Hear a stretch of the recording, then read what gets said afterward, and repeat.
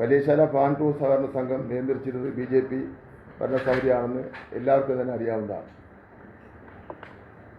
അങ്ങനെയെങ്കിൽ തിരുമല കൗൺസിലറുടെ ആത്മഹത്യയുടെ ഉത്തരവാദിത്വത്തിൽ നിന്നും BJPക്ക് എങ്ങനെ ഒഴിഞ്ഞു മാറാൻ കഴിയും? അനിൽകുമാർ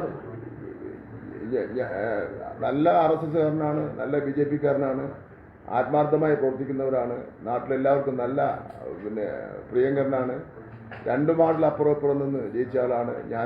ഞാൻ CPMന്റെ പ്രവർത്തകനാണെങ്കിൽ പോലും അദ്ദേഹം എല്ലാവരോടും നല്ല നിലയിൽ പെരുമാറുന്ന ഒരു വ്യക്തിത്വത്തിൻ്റെ ഉടമയാണ്. ഈ അവസരമായതുകൊണ്ട് പറയുന്നില്ല. അവരെ വീട്ടുകാർ തന്നെ വിളിച്ചു പറയുന്നുണ്ടായിരുന്നു. മിനിസ്റ്റർ പേരെല്ലാം പലപ്പോഴും എന്നോട് പറഞ്ഞിട്ടുണ്ട്. ഞാനത് അതിൻ്റെ ഡീറ്റെയിൽസിലേക്ക് പോകുന്നില്ല. ആ നമ്മുടെ ആൾക്കാർ BJP നേതാക്കന്മാർ ആരൊക്കെയാണെന്നുള്ളവർ അന്വേഷണത്തിൽ നിന്ന് കണ്ടെത്തേണ്ടായിട്ടുണ്ട്. മരണശേഷമെങ്കിലും തിരുമല അനിൽകുമാറിന്റെ അഭിമാനം തിരിച്ചുപിടിക്കാൻ BJP എന്ത് ശ്രമമാണ് നടത്തിയിട്ടുള്ളത്? ഇപ്പോഴും അനിൽകുമാറിന്റെ ആത്മഹത്യയെ രാഷ്ട്രീയ മുതലെടുപ്പിന് വേണ്ടി ഉപയോഗിക്കുന്ന നിലപാടാണ് എടുത്തിരിക്കുന്നത്. ഇത്രയധികം മനസാക്ഷിയില്ലാത്ത ഒരു കൂട്ടരെ നമുക്ക് കാണുന്നതിന് വേണ്ടി കഴിയും.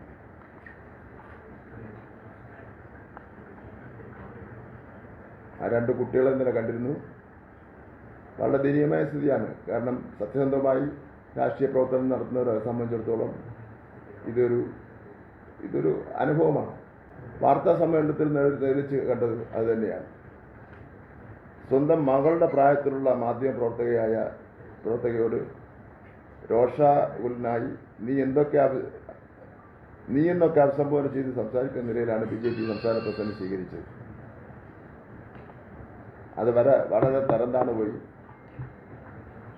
അവരവരുടെ ജോലി ചെയ്യുന്നു. പരസ്യമായി മാപ്പ് പറയുകയാണ് ചെയ്യേണ്ടത്.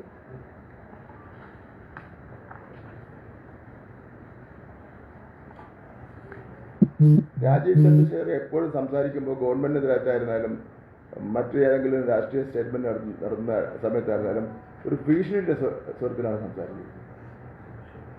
ഇത് കേരളമാണെന്നുള്ളവർ ഇതുവരെയും ബോധ്യപ്പെട്ടിട്ടില്ലേ എന്നുള്ള സംശയം എനിക്ക് അക്കാര്യത്തിലുണ്ട്. ഇനിയെങ്കിലും അദ്ദേഹത്തിന് ബോധ്യപ്പെടണം എന്നുള്ളതാണ്. മറ്റു പല സംസ്ഥാനങ്ങളിലെയും മാധ്യമപ്രവർത്തകരെയൊക്കെ ചിലപ്പോൾ ഇതുവരെ വിരട്ടാനും ഭീഷണിപ്പെടുത്താനും ഒക്കെ കഴിയുമായിരിക്കും പല സാഹചര്യങ്ങളുടെ അടിസ്ഥാനത്തിൽ. കേരളത്തിൽ പ്രയാസമായിരിക്കും ആരായിരുന്നു.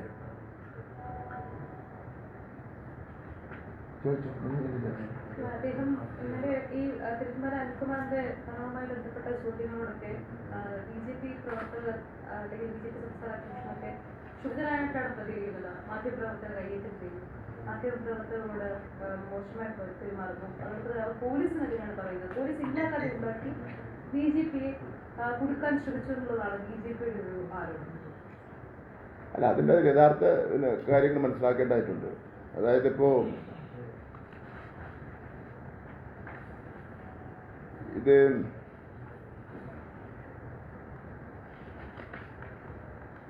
വലിയശാല ഫാം ടൂർ സഹകരണ സംഘവുമായി ബന്ധപ്പെട്ടാണല്ലോ ഈ പ്രശ്നം ഉണ്ടായിട്ടുള്ളത്.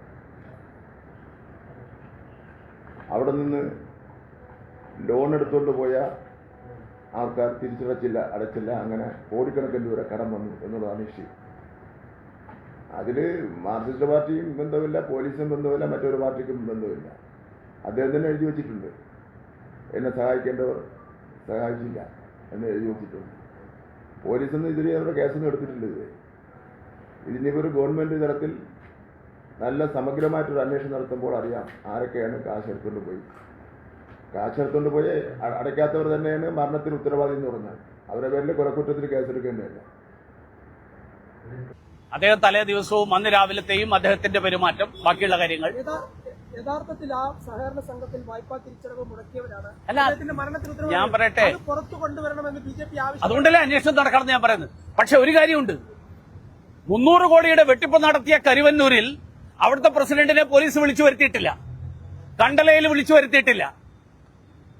ഇവിടെ 6 കോടിയുടെ ബാധ്യതയുള്ള ഒരു സഹകരണ സംഘത്തിലെ പ്രസിഡന്റിന്റെ കാര്യത്തിൽ പോലീസിന് ഇത്ര വലിയ താല്പര്യം ആരുടെ താല്പര്യം?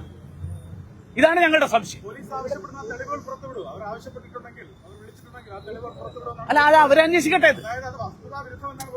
അല്ലല്ല, അവരന്വേഷിക്കട്ടെ, അവര് വസ്തുതകൾ അന്വേഷിക്കട്ടെ എന്നാണ് ഞങ്ങൾ പറയുന്നത്.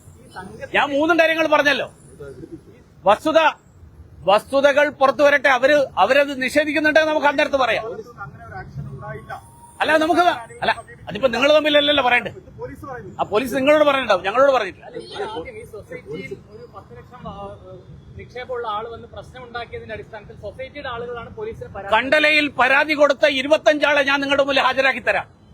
ഒരൊറ്റയാളെ എന്താ വിളിപ്പിക്കാതിരുന്നത്? ഒരു തവണ പോലും ആ പ്രസിഡന്റിനെ വിളിപ്പിച്ചിട്ടില്ല. അപ്പൊ കണ്ടലയിൽ ഈ നിയമം ബാധകമല്ലേ?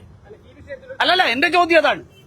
അപ്പൊ അതിനർത്ഥം BJP പ്രസിഡന്റിനെതിരായിട്ട്, BJP-കാരനായിട്ടുള്ള പ്രസിഡന്റിനെതിരായിട്ട് എടുക്കുന്ന സമീപനം, ആ സമീപനം CPM-ന്റെ രാഷ്ട്രീയ താല്പര്യപ്രകാരമാണ്. ഈ വിഷയത്തിലൊരു സംശയം വരുന്നത്, ഇതിൽ പോലീസ് ഇപ്പൊ മരണം നടന്ന് 2 ദിവസത്തിനകം പോലീസ് സ്റ്റേഷനിലേക്ക് മാർച്ച് ഉൾപ്പെടെ നടത്തുന്നു, പോലീസിനെ പ്രതിസ്ഥാനത്ത് നിർത്തുന്നു. ഏത് തെളിവിന്റെ അടിസ്ഥാനത്തിലാണ് എന്നത് ഒരു ചോദ്യമാണ്. അതോടൊപ്പം പോലീസ് പറയുന്നത്, ഞാൻ പറയുന്നത് കണ്ടലയിൽ വിളിപ്പിക്കാത്ത പോലീസ് ഇവിടെ മാത്രം എന്താ വിളിപ്പിക്കുന്നത്? അതാണ് എന്റെ ചോദ്യം. അതാണ് സംശയം വരുന്നത്. സ്വാഭാവികമായിട്ടുള്ള മറുപടിയാണിത്. സ്വാഭാവികമായിട്ടുള്ള നിങ്ങളുടെ ചോദ്യത്തിന് എന്റെ സ്വാഭാവികമായിട്ടുള്ള മറുപടി, 300 കോടിയുടെ വെട്ടിപ്പ് നടത്ത കരുവന്നൂരിൽ കാണിക്കാത്ത ശുഷ്കാന്തി ഇപ്പൊ കാണിക്കുന്നത് എന്താ? 57 കോടിയുടെ വെട്ടിപ്പ് നടന്ന കണ്ടലയിൽ അവിടുത്തെ പ്രസിഡന്റിനെ ഇതുവരെ വിളിപ്പിച്ചിട്ടില്ല.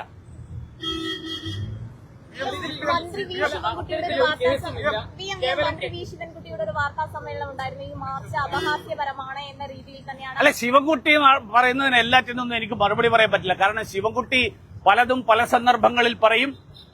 അത് കഴിഞ്ഞിട്ട് അടുത്ത നിമിഷത്തിൽ മാറ്റിയും പറയും. നിയമസഭയിൽ കാണിച്ച നാടകമൊക്കെ നമ്മൾ കണ്ടതാ. അദ്ദേഹം പറഞ്ഞ അങ്ങനെ ഒരു സംഭവമേ ഞാൻ നടന്നിട്ടില്ലെന്ന്.